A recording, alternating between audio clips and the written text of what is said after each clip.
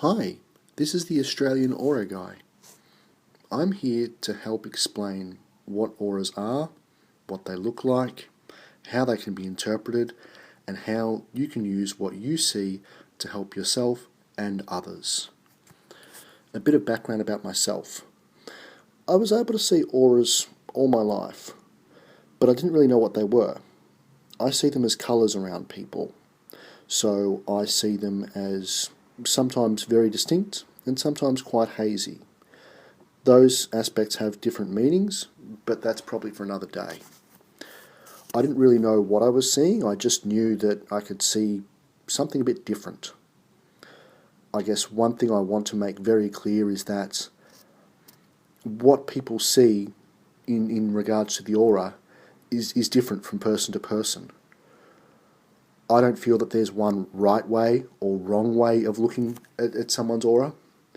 I'm also not going to try and teach someone to read an aura by looking at a mirror for 47 minutes.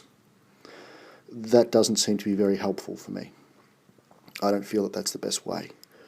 I feel auras are something, because it's energetic, it's more something you're able to read by yourself. And while you may not know the name of it, you know it as soon as it's described. I was asked by a friend of mine to describe what I saw and how it matched up, and more importantly, what it meant, to give it context. That's why I'm really reaching out. I'm looking to help people understand what they see and understand that there's nothing wrong with that.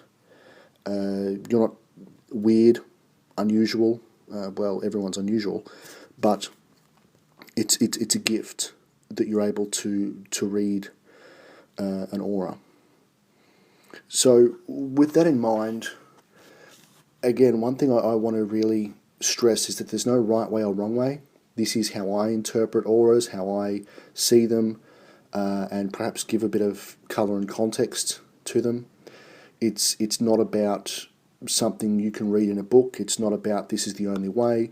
This is a way, and perhaps it might help you find your way. So, to start, I look at auras as a picture of how the soul looks.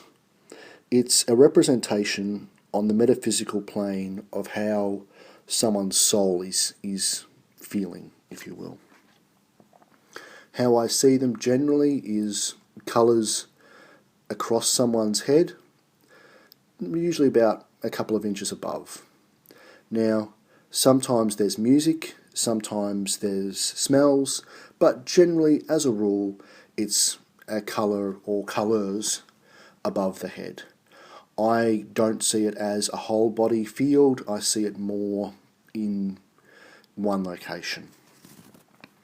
Now, I see that as distinct from a chakra because chakras are more about the energy flow points in the body.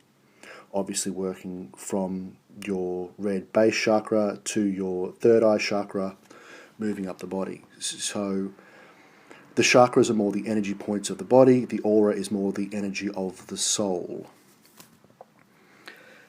How did I learn to read auras? I was talking to a friend of mine and I described what I saw and she said, that sounds like an aura. And I went, oh, okay, is that how you describe it? I didn't know. I didn't know what it was. I didn't know how to interpret it. So once I found the name for it, I sat down and I went, okay, well, what do I see and how do I associate that? I feel that reading an aura isn't a textbook thing. It's not something you can read about and then just go out and do. It's something, because it relates to the soul, it's driven by purpose, it's driven by ability, simply in the same way that I am not able to be a medium. Guide, certainly yes, but calling up a dead person isn't how I work. So I would say that how you learn to be an aura reader is more about how you put your own skills to work. So it's not focused on reading a book. It's not focused on, watching a particular video and then all of a sudden you can read auras.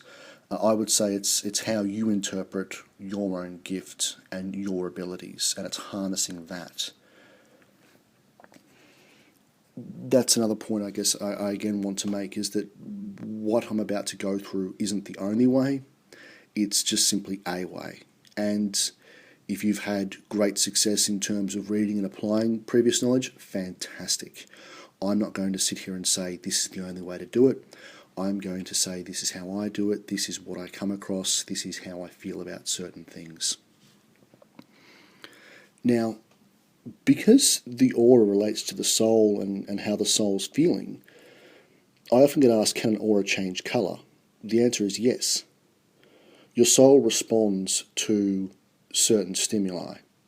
So how you're feeling physically, how you're feeling emotionally, mentally, psychologically, particular incidences that you're exposing yourself to, particular incidences that you've been exposed to in the past. So someone can, for example, have a red aura one day and a blue aura the next. Now, how I interpret that is red is passion and blue I see as physical balance. So someone's in the right place at the right time for them. And as we know, we move from place to place, so that really changes it from that point of view. Can you change your aura colour? Yes, you can. It's about being mindful about what it is. It's about understanding that certain things affect your soul in certain ways. I'm not talking about crimes or murder or necessarily, perfectly honourable good deeds. I'm talking about being in communication with guides and angels. I'm talking about metaphysical balance, so looking after yourself, physical balance in terms of being in the right place at the right time, also being of good health or perhaps being in poor health. That can impact the aura colours. Now, one thing I will go into greater detail at a later point is more detail on how I particularly see auras. More about colours, the effects, the sounds, complementary colours. So if you see one colour and you see another colour, how would you interpret that? And go into more detail about my own experiences. Most importantly, I have a little device I think of in terms of looking at an aura. Much like, a diamond is judged by the 4 C's, cut, colour, clarity, and carats.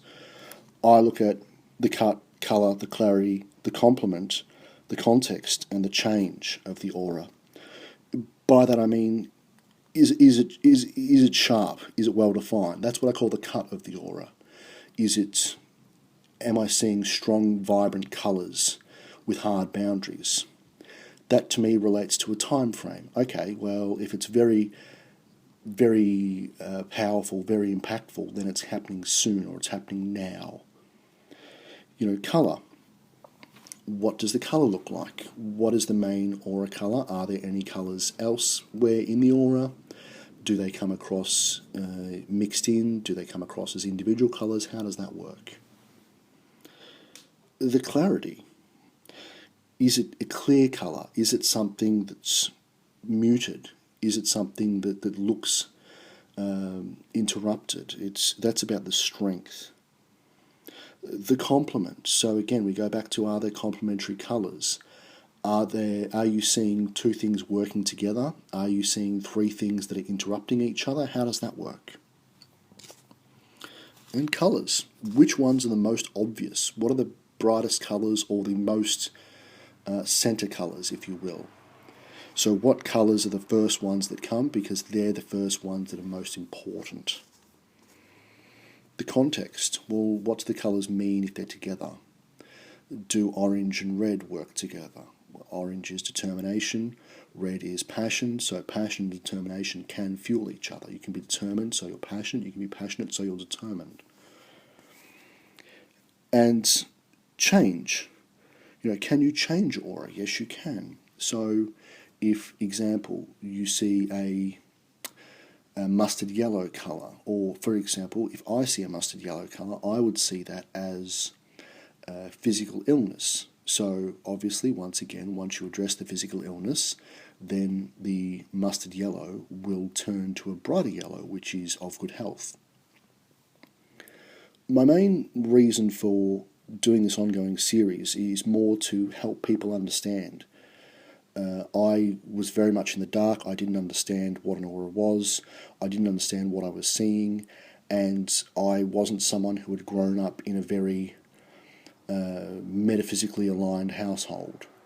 That's not to say anything against that, it's just I didn't know.